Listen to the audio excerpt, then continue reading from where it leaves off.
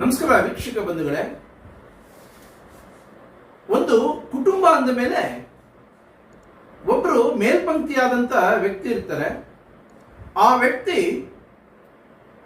ಯಾವ ರೀತಿ ಹೆಜ್ಜೆ ಇಡ್ತಾರೆ ಆ ಕುಟುಂಬ ಆ ಸಂಸಾರ ಆ ರೀತಿ ನಡ್ಕೊಂಡು ಹೋಗ್ತಾ ಇರುತ್ತೆ. ಉದಾಹರಣೆಗೆ ನಾವು ನಿದ್ದೆ ಮಾಡ್ತಿರ್ಬೇಕಾದ್ರೆ ಮಧ್ಯರಾತ್ರಿ 12 ಗಂಟೆ 1 ಗಂಟೆನಲ್ಲಿ ಎದ್ದು ನಮ್ಮ ಹೆಂಡತಿ ಮಕ್ಕಳು ನೋಡಬೇಕು. ಮಕ್ಕಳು ತೃಪ್ತಿಯಾಗಿ ನಿದ್ದೆ ಮಾಡ್ತಿರ್ತಾರೆ. ಏನಕ್ಕೋಸ್ಕರ ನಿದ್ದೆ ಮಾಡ್ತಿರ್ತಾರೆ ಅಂದ್ರೆ, ನನಗೆ ನನ್ನ ಬೆನ್ನಿಂದ ನನ್ನ ತಂದೆ ಇದ್ದಾರೆ, ನನ್ನನ್ನು ಎಲ್ಲ ವಿಚಾರದಲ್ಲೂ ಗಮನಿಸ್ತಾರೆ, ನನ್ನನ್ನು ಕಾಪಾಡ್ತಾರೆ ಅನ್ನುವಂತ ವಿಶ್ವಾಸದಲ್ಲಿ ಕಣ್ತುಂಬ ನಿದ್ದೆ ಮಾಡ್ತಿರ್ತಾರೆ. ಹೆಂಡತಿಯನ್ನು ನೋಡಿದಾಗ ಆ ಮಹಿಳೆ ಏನಕ್ಕೋಸ್ಕರ ನಿದ್ದೆ ಮಾಡ್ತಿದ್ದಾರೆ ಅಂತ ಅಂದ್ರೆ, ನನಗೆ ನನ್ನ ಗಂಡ ಇದ್ದಾನೆ, ಮಕ್ಕಳಿದ್ದಾರೆ, ಒಂದು ತುಂಬು ಕುಟುಂಬದಲ್ಲಿ ಜೀವನ ಮಾಡ್ತಾ ಇದ್ದೀನಿ, ನನ್ನ ರಕ್ಷಣೆಗೆ ನನ್ನ ಗಂಡ ಇದ್ದಾನೆ ಅನ್ನುವಂತ ಸಂತೃಪ್ತಿ ಆ ಮಹಿಳೆಗಿರುತ್ತೆ. ಹಾಗಾಗಿ ತೃಪ್ತಿಯಾಗಿ ನಿದ್ದೆ ಮಾಡ್ತಿರ್ತಾರೆ. ಒಂದು ಇಲಾಖೆಯನ್ನು ಕಣ್ಮುಂದೆ ತಗೊಂಡಾಗ್ಲೂ ಕೂಡ ಇಲಾಖೆಯಲ್ಲಿ ಯಾರು ಮೇಲ್ಪಂಕ್ತಿಯಾಗಿ ಕೆಲಸ ಮಾಡ್ತಿರ್ತಾರೆ, ಉದಾಹರಣೆಗೆ ಮುಜರಾಯಿ ಇಲಾಖೆನೇ ನಾವು ಕಣ್ಮುಂದೆ ತಗೊಂಡಾಗ ಕಮಿಷನರ್ ಇರ್ತಾರೆ, ಸಚಿವರು ಇರ್ತಾರೆ, ಆಯುಕ್ತರು ಇರ್ತಾರೆ, ಈ ರೀತಿ ಬೇರೆ ಬೇರೆ ಬೇರೆ ಬೇರೆ ವ್ಯಕ್ತಿಗಳಿರ್ತಾರೆ. ಅವ್ರ ಕೆಳಗೂ ಕೂಡ 4-6 ಜನ ಅಧಿಕಾರಿಗಳು ಕೆಲಸ ಮಾಡ್ತಿರ್ತಾರೆ. ಅವರು ಸುಪ್ರೀಂ, ಇಡೀ ಇಲಾಖೆಯನ್ನ ಗಮನಿಸುವಂತ ವ್ಯಕ್ತಿಗಳಾಗಿರ್ತಾರೆ.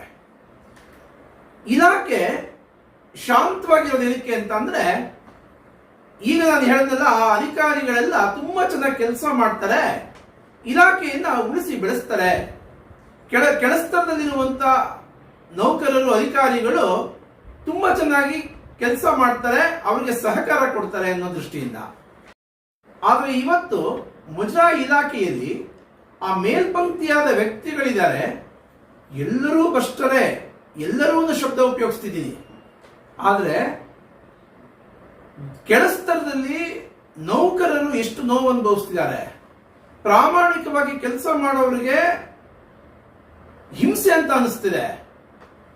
ಅಧಿಕಾರಿಗಳು ಕೆಳಸ್ತರದಲ್ಲಿ ಕೆಲವು ನೌಕರರನ್ನ ದುರುಪಯೋಗ ಪಡಿಸಿಕೊಂಡು ಅವರು ಬೇಳೆ ಬೇಯಿಸ್ಕೊಳ್ತಿದ್ದಾರೆ.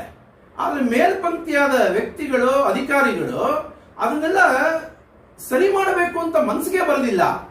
ಈ ವಿಷಯ ನನಗೆ ಯಾಕಪ್ಪ ಬೇಕು, ನನ್ನ ಕೆಲಸ ನಾನು ಮಾಡ್ಕೊಂಡು ಹೋಗೋಣ, ಇನ್ನೊಂದು 2 ವರ್ಷ ಇದ್ದು ಇನ್ನೊಂದ್ ಕಡೆ ಟ್ರಾನ್ಸ್ಫರ್ ಆಗೋಣ ಅಂತ ಯೋಚನೆ ಮಾಡ್ತಿರ್ತಾರೆ ಅನ್ಸುತ್ತೆ. ಇದಾಗಬಾರ್ದು. ನಿಮಗೆ ಸಾರ್ವಜನಿಕ ವ್ಯಕ್ತಿ ಅಂತೇಳಿ, ಸಾರ್ವಜನಿಕ ಸೇವಕರು ಅಂತೇಳಿ ನಿಮಗೆ ಒಂದು ಜವಾಬ್ದಾರಿ ಕೊಟ್ಟಿದೆ ಸರ್ಕಾರ. ಅದಕ್ಕೆ ಶಕ್ತಿ ತುಂಬುವಂತ ಕೆಲಸ ಮಾಡಬೇಕು ಅಂದ್ರೆ ಇಲಾಖೆಗೆ ಮೇಲ್ಪಂಕ್ತಿಯಾಗಿ ಬೆಳೀಲಿ. ಈ ರೀತಿ ವಾಮ ಮಾರ್ಗದಲ್ಲಿ ಆ ಕೆಳಸ್ತರದ ಅಧಿಕಾರಿಗಳನ್ನ ದುರುಪಯೋಗ ಪಡಿಸ್ಕೊಂಡು ಅವರೇನೇ ತಪ್ಪು ಮಾಡಿದ್ರು ಕೇಳಕ್ಕಾಗದೆ ಬಾಯಿ ಮುಚ್ಕೊಂಡಿರುವಂತದ್ದು, ಇದು ನಿಮಗೆ ಒಳ್ಳೆ ಲಕ್ಷಣ ಅಲ್ಲ. ಇಲಾಖೆಗೆ ಮೇಲ್ಪಂಕ್ತಿಯಾಗಿ ಬೆಳಿಬೇಕು ಅಂತ ಆಗ್ರಹ ಮಾಡ್ತಾ ಇದ್ದೀನಿ.